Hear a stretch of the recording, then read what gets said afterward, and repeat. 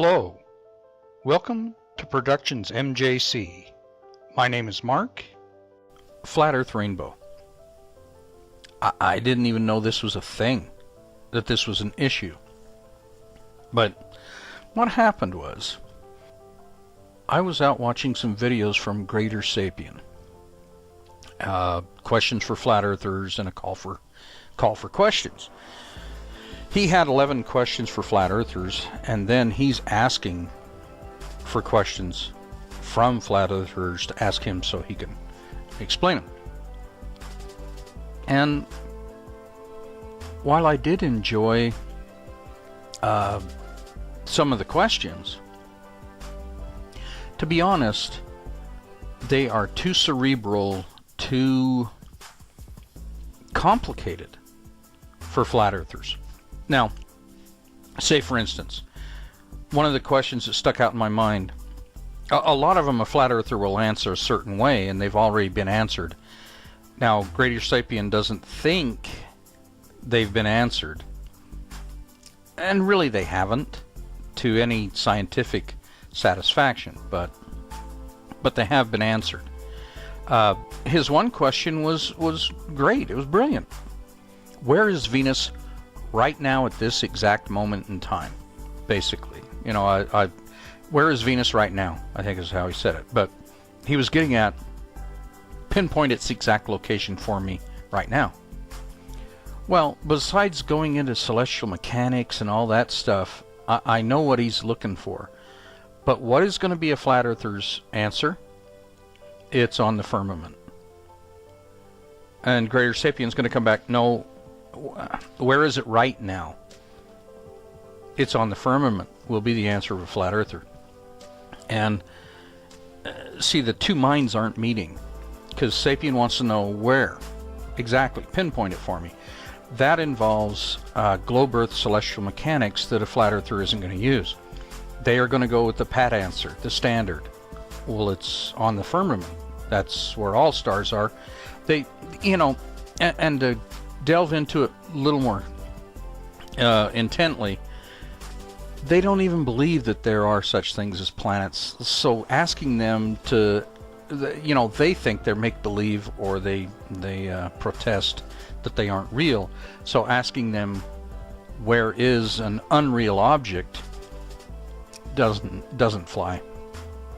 It's the same as asking us as globe believers about perspective. We all know that perspective is a drawing term. It's an art term. It's not real, because even though you see the trees angle off into the distance, they don't really angle off into the distance. It's an optical illusion. So it's a magic trick. It's fantasy. It's not really happening. So that's their point. But anyway, as I was watching these and commenting, there was a little mouthy person, and I'm sorry, Sue. I think he's an Aussie as well. Oh, and a shout out to all the folks who watched my last video and came to my rescue and said, guess what? There are night balloon launches. I think they found me 1 or 2 videos. That's how rare they are. But they sent the links, they put the links, they included them, and I am so grateful for the feedback from viewers, because it does show a night launch. It spins around, and I think between 8 minutes and 16 seconds into the video, for a full half a minute, it spins around 2 revolutions, showing a view of Orion's belt and whole 9 yards. A full 720 degree circle, you know, well, 360 one way and then 360 back the other way, actually about 390 degrees. Goes a little more than a full circle around, and then comes back and goes, you know, 400 degrees the other way, a little more than a full circle around, before they cut away and go to something else. So of course, out come, why don't you show us the whole video? You've just shown excerpts. This is fake. Da da da. That's why my call to let's see if a flat earther has the courage. But anyway, a comment was made by a person on my Flat Earth Trolls extended video. Of course, you won't find it now. Like so many others, the Flat Earth cowards, they make comments and then they delete them when they realize how stupid they were when they typed them. Well, as I was looking these things up, here's the history. I was talking, this Bateman, which that sounds like a typical YouTube handle, Bait Man. He sent me left a scathing comment on one of my videos, and it's because the questions for flat earthers that Sapien has are just standard ones. I mean, they're worded in a different way, but the flat earthers are like, hey, this has already been asked before, you're crazy. And I have to give the flat earthers the nod on that one, because yes, even though they're asked in a very specific and meaningful way, the flat earthers aren't going to take it that way. They'll just give their standard, you know, it's like, how did that magic trick work? By magic. You know, it's just a standard generic idiot answer. Well, on this, all of a sudden this flat earther posts, he says, how do rainbows work or something, and Sapien writes back and says, what's that got to do with a flat earth, or what are you talking, you know, because he wanted questions from flat earthers. These were questions for flat earthers, and then later he made the video about questions from flat earthers. Well, as I wrote back to the guy and said, what are you talking about? And we had some goes here. And if you look, he's like, why are you replying to me? I'm talking to somebody else. He didn't want me to can you stop replying to me? I have no idea why you're continuing. And I just put on there, I just wrote back to him and I said, because it makes great material for another video. Because it does. And I wrote Sapien and I said, hey, if I'm overstepping the mark by answering this guy's questions or posing other questions, you know, then please, by all means, berate me in public. You know, tell me, hey, shut up, this is my show, you know, or whatever. But to Sapien's credit, he's not doing that. He's just sitting back and letting people debate this and talk about this. Well, and see, he's going nuts. He's replying, but the problem is the last thing he wrote. You started all this bull rap, just you talking, patronizing tone, and everything else. Because his question about rainbows, and I never knew anything about rainbows. How the flat earthers thought rainbows were special until I went out and started to look. Well, yeah, and he wrote a filthy comment on one of my videos. So I replied to it and just basically told him, guess what? I'm going to make a video just about you and your little rainbow question. And the answers I gave, and the fact that you freaked out. And there's another guy on there too that freaked out about, he was talking about weighing things and all this. But Bateman was the one that really got nasty, started writing filthy stuff. So, what I did was, apparently, flat earthers say that rainbows are because of the firmament. Rainbows happen because, and I still really don't get exactly why, but a reflection off the firmament, a bending of the light rays through the firmament, or whatever, and here we see, they're saying it here. This one where from side to side as it goes back. Well, the problem that I presented to him was, okay, so if this is because of the firmament, does the firmament, this is a thought that came after, but does the firmament change? Because that's, the angle of the sun, maybe the firmament supposedly is different, I don't know. But here we have this rainbow, and they go from side to side. my question to him was, okay, here we have a rainbow, pretty good one. How does the firmament get involved with these clouds in between the rainbow and the firmament? What's going on there? But what I asked him specifically, see, there's a rainbow behind the trees, so they say that, you know, the firmament is involved. Well, what I asked was, how is a rainbow forming in water spouted from a whale's head? I mean, how does that happen? What firmament? And you're looking from above down on it. Huh. How does the firmament get involved in that? But what I started to ask him was other questions. You know, if you take a fog machine and a high intensity light, you can make a rainbow indoors. How does the firmament get involved in that? Think about it. You know, these are questions. You saw him. He got pretty upset. He didn't want me answering the question. He wanted to see, I guess, possibly if he thought he could trap Sapien. No, he's not going to. He's not really going to trap any thinking person.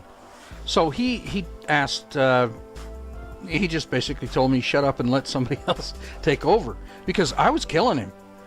Because I asked the ultimate death knell question. Okay. Then why, I mean, this question would have worked, this argument would have worked 500 years ago. But think about it. Look at this right here. How does that work? This is something that 500 years ago they wouldn't have seen. So they would. How does a circle rainbow happen?